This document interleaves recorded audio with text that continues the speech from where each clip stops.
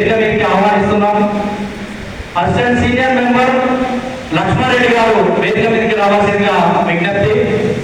అదేవిధంగా శ్రీ సత్యనారాయణ గారు, మహేందర్ రెడ్డి గారు, వెంకటేష్, రాజప్ప, చెరుపు నుంచి రాజప్ప గారు, రేణుబాబు గారు, గురుకుల సొసైటీ నుంచి వీళ్ళందరూ వేదిక మీదకి రావాల్సిందిగా విజ్ఞప్తి చేస్తూ, మిత్రులారా ఇవాళ ఒక మంచి సమయం మనకు, దీన్ని మనం సద్వినియోగం చేసుకుందాము.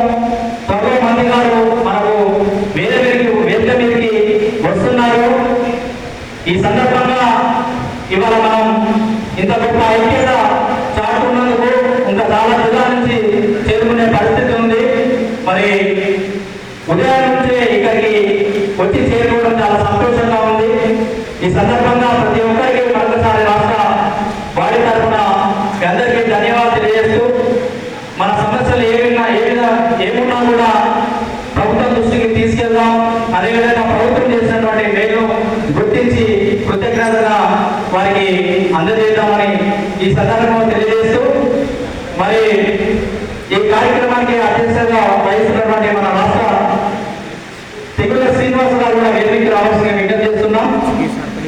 ఈ కార్యక్రమానికి అధ్యక్షత వహిస్తున్నటువంటి షేక్ అబీబ్ గారు ఈ సమావేశాన్ని నడిపించాల్సిన కోరుకుంటూ, జిల్లా బాధ్యులు వారి కేటాయించిన కుర్చీలో వారు ఉండాలని కోరుకుంటూ ఈ సందర్భంగా సమావేశాన్ని ప్రారంభించవలసిందిగా రాష్ట్రపతి కోరుతున్నాను. ఓకే, థ్యాంక్ యూ బిల్లా మహేందర్ గారు ఈ యొక్క వాక్యానికి బాధపడినకి. ఇప్పుడు బిల్లా మహేందర్ గారిని భోజన రావు గారిని కూడా ఆశీర్వాదం కావాల్సిందిగా కోరుతున్నాము. అదేవిధంగా అజిత్ గారు మంచిర్యాల వారిని కూడా మా ఆడబిడ్డ రామన్ తర్వాత పరిచయం పెడతామని నర్సక్క గారిని,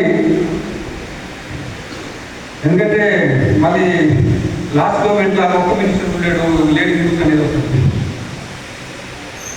వెంకట నర్సయ్య గారు ఇదాన్ని కొంచెం హాస్పిటల్ వెళ్తున్నాడు.